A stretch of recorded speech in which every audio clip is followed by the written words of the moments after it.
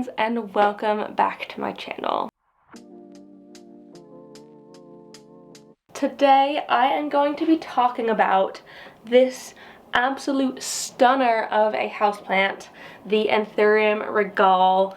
All of my care tips and tricks, how I keep this one happy and healthy and growing absolutely freaking huge, and hopefully that can help you grow yours well as well.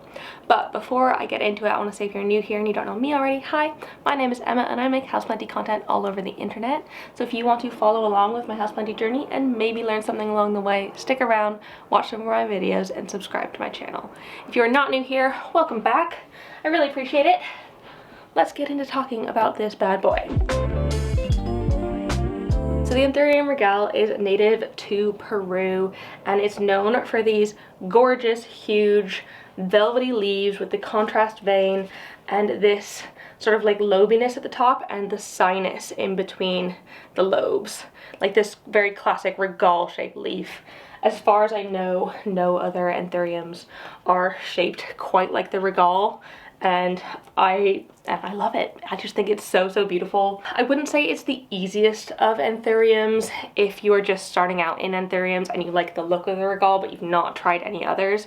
I wouldn't necessarily suggest going straight in with the regale, because anthuriums in general can be a little bit more on the tough side. It's not hard, and once you get the hang of things, it can be quite easy to take care of, but I would definitely suggest starting out with something like a clarinarbium or a crystallinum just to get into the velvet anthurium vibe before you go and invest in something like a regale, because they are still fairly expensive, especially if you're getting a mature one. While I was researching for this video, I found a lot of things that said that the Anthurium Regale is a slow grower, and that personally has not been my experience. I have found that this one has grown quite quickly in my collection. At the very least, it has grown 2 of these 3 leaves this year so far, and maybe that doesn't feel quick, but when the growth is this big and impressive, it feels like it's quick, if that makes sense. And because you get to watch the leaves grow in from like such small things and expand so much, it feels like it's growing for quite a long time. And I think that might aid to the like quick feeling of its growth. But I don't think it grows that slow. To me, it feels like it grows quickly. So I've been on a little bit of a journey with my Anthurium Regale. It has not been smooth sailing from the start, so I figured I'd tell you a little bit about that before getting into the like specific care needs of it. But I personally was not a fan of the Anthurium Regale before I saw one in person. I was seeing it on Instagram and stuff, and I was like, oh, I mean, it's cool, but it didn't really necessarily feel like my thing. And then a couple years back when I went to the Rare Houseplant Festival up in Leeds, Equigenera had a booth there, and I saw the Anthurium Regale in person for the first time, and I was like, you're coming home with me. Like, I needed this plant to come. I needed it in my life after I saw it in person because its leaves were just so stunning. And I think it's gonna be kind of hard to show you, but the leaves on it at the time were not huge. It had, I think, 1 or 2 leaves, and they weren't massive or anything, nothing compared to this sort of growth it's got now. But it has taken me such a long time to get to this point with it. I originally put it in my cabinets because I know they do like a little bit of higher humidity, and so I figured that would be perfect. But unfortunately, I think the leaves didn't like that very much. I don't think they liked the like long hours of bright indirect light, and it caused the leaves to actually kind of yellow and bleach. The Regale did not look happy at all. And so eventually I did decide to take it out of the cabinet. It kind of outgrew the cabinet. It kind of just wasn't the happiest in there, so I ended up moving it outside of the cabinet to where it lives now, which is actually just behind this leaf. And since I've moved out here, it has just been loving it. It's definitely not perfect for it. There's some things that could change, but I'll get into those a little bit later. But I do think it is generally really happy, and I mean, if it's producing leaves that are literally 50 centimeters in length, tell me that's not a happy plant. I don't think you can. But now I absolutely love it, and it is one of my favorite kind of statement pieces in my home, and it really makes my home feel like a jungle because it's got such big beautiful leaves. Like I just mentioned in my journey, I feel like light was an area where I wasn't necessarily the most successful with this one at the beginning. Most people say bright indirect light is the right answer for your Anthurium Regale, and I have found that mine didn't like that all that much. Like when I had it in my cabinets, it was getting bright indirect light all day long, lots of hours of that, and where a lot of my other plants in there were doing absolutely fine, weren't bleaching in the leaves, my Regale was not a fan. I don't know if it was the light was too bright or it was too many prolonged hours of the light that was causing the damage, but it wasn't happy in that situation. So I've actually found that it grows better in slightly lower light. I've pulled it pretty much as far back as I possibly can from my windows. It's about 7 meters away from a southwest facing window at this point, and so it's really not getting that much light during the day. In the evenings it does get some light from one of my mother grow lights, and it does seem to quite like that. I think it's getting between 1 and 7 hours of light. It depends on the time of year because my grow lights go on based off of the sunset. So since it's been summer and I have more daylight hours, the grow lights aren't going on for very long, maybe 1 or 2 hours. And that has been absolutely fine for this one. It hasn't really complained at all. I also read something online that like experts have found that the leaves grow bigger when they're not getting quite as much light. Which, I mean, does kind of make sense because they need more surface area to like, it's like having more solar panels. The more solar panels you have, the more energy you can collect. So it does kind of make sense that the leaves would get bigger the less light they're getting. Obviously don't put them in like a really dark corner, but I'd say mine's getting medium indirect light most of the time, and that seems to be absolutely fine for it. It's growing phenomenally, so I really can't complain. I've personally found that Anthurium Regales thrive on consistency when it comes to watering. They like to have a fairly regular supply of it. Obviously, if they're in soil, they don't want to be sitting with damp roots or anything like that, but because of the consistency that it likes, and it is a fairly thirsty Anthurium in my experience, I have decided to put mine into semi-hydro, and it has a water reservoir all of the time, and it seems to really like that for me in my home. I would pick it up and show you, but it's just like very precariously sitting here right now, so I don't want to disturb the position it's in. But it is in semi-hydro, and I think it's absolutely loving that. And even though it has a water reservoir, it is absorbing water so quickly, and I'm having to refill the reservoir really regularly in order for it to stay moist, because it is such a thirsty one. I also found that it's super duper important when a new leaf is emerging to make sure it is staying hydrated, because when it dries out fully, when a new leaf is coming out, it can cause that leaf to like not come in as well. So especially when new leaves are coming in, you want to make sure that it is staying nice and moist. I can't really suggest a watering schedule with soil because I obviously don't have this one in that, and so I don't have the experience with it, but I can imagine it would need fairly regular watering in order for it to stay happy and healthy. They're also a big fan of consistency when it comes to temperatures. They don't like the temperature to fluctuate too much, and they also like it on the warm side. Their ideal is between like 18 and 30 degrees Celsius, which is 65 to 80 Fahrenheit. So on the warmer side, probably a little bit warmer than you would want to keep your home on a regular basis. My home, we try not to let it go below 18 degrees in the wintertime. Sometimes it happens, and so far, I actually don't think I've had a winter where this one's out of a cabinet, which is inherently a warmer zone because like it just keeps the heat in. So I'm not sure exactly what's gonna happen with this one this winter. I think it should be fine though. It's not really, we don't want to get that cold in our home, but it would definitely prefer warmer if you have it. Also keep it away from cold drafts, air conditioning vents, drafty windows, places where it can get like those sort of fluctuations in temperature. It's not going to like those. Consistency is key with your Regale. They also really love a good bit of humidity. They are tropical plants after all, and so their ideal is somewhere in the 60 to 80% range. Obviously the higher the better, and I've personally found that even though my home is quite inherently humid, I think it's typically in the 60% range. Having this one out in my home, I think it would prefer to still be a little bit higher. I have noticed that when new leaves come in, they develop holes from quite a young stage, and those holes kind of just grow with the leaves. So both of these two holes on this leaf are what I think is like too low of humidity. This corner is literally physical damage. I knocked out myself, and that is my own fault, and I was really annoyed at myself for doing that. But I do think mine would prefer a little bit higher humidity. You can see on these leaves back here, they also developing sort of crispy brown edges. I think that is also a sign of too low of humidity.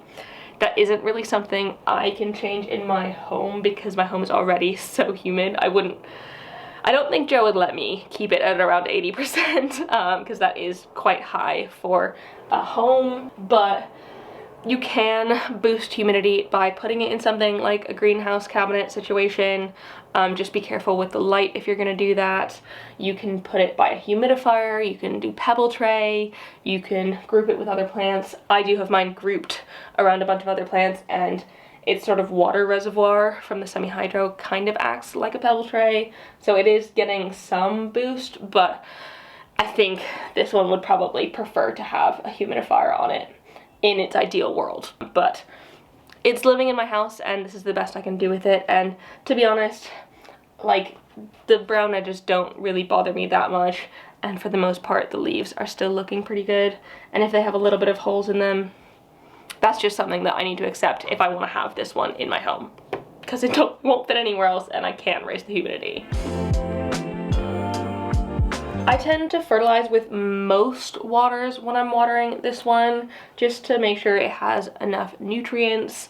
Of course, it is quite a large plant, so I want to make sure it has enough energy to thrive, and the semi-hydro that is in it doesn't have fertilizer in it naturally, so I add fertilizer to most waterings. But because I am watering this one so frequently, I don't always remember to put fertilizer water in it.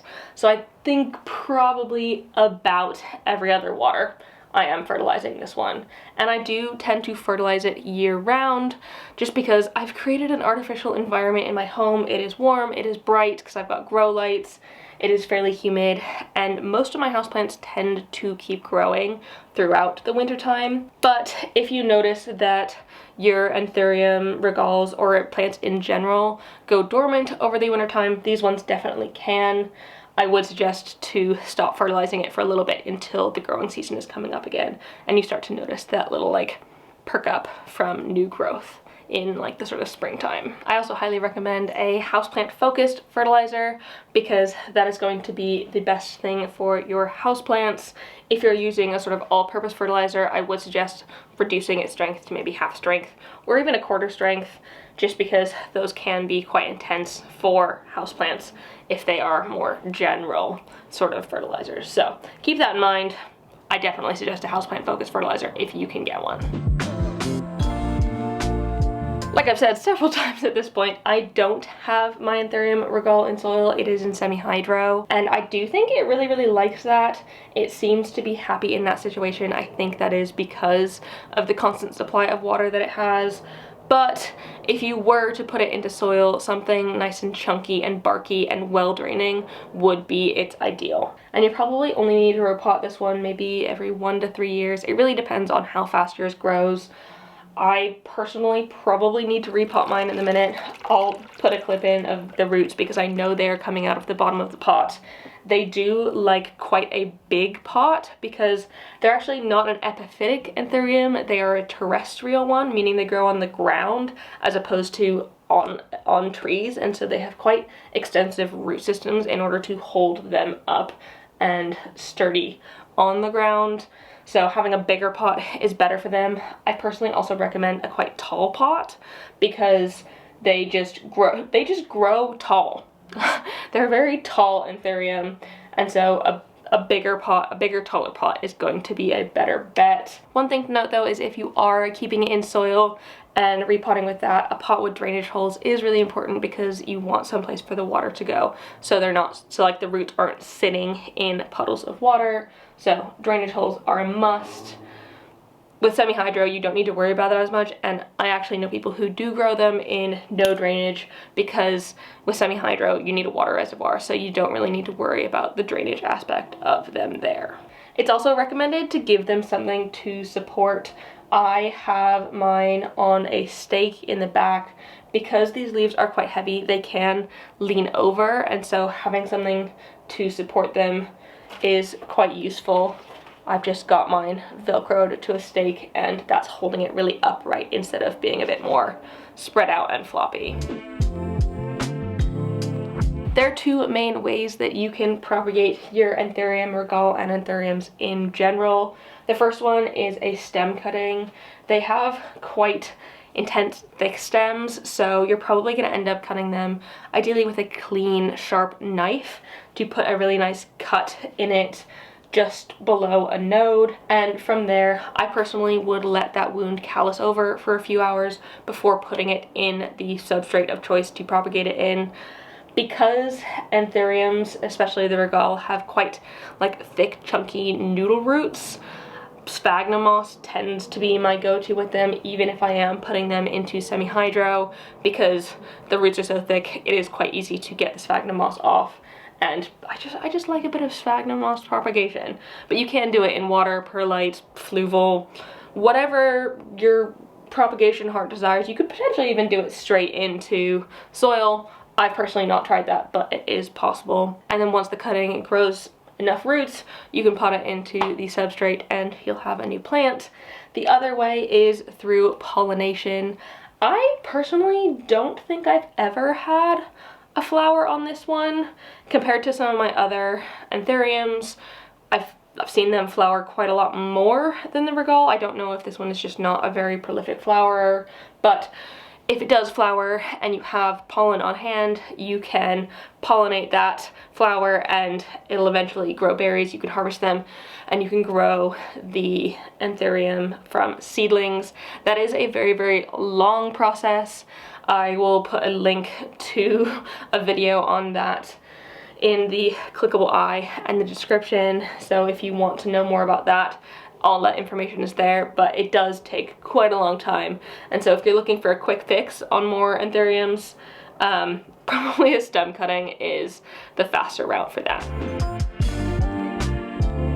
Unfortunately, Anthurium Regales and Anthuriums in general are quite toxic to humans and pets, so do not let yourselves, your children, your pets, your cats, your dogs ingest this plant at all. If ingested, it can cause mouth burning and swelling, drooling, digestion issues, trouble breathing, trouble swallowing.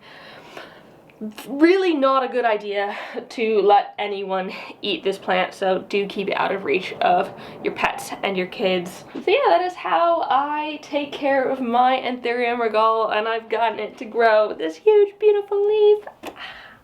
I'm just obsessed with this plant. It just makes me so happy, and whenever a new leaf is coming in, it's just such a magical process to watch it grow. So I really hope that this video has helped you be able to grow yours even a fraction of this size, because they are a really beautiful plant and I highly recommend them if you're not like a very, very new beginner Anthurium enthusiast. So yeah, if you liked this video, please give it a thumbs up down below and leave a comment on other houseplanty things you'd like me to talk about in the future. And don't forget to subscribe for more. Again, thank you for watching. I really appreciate it.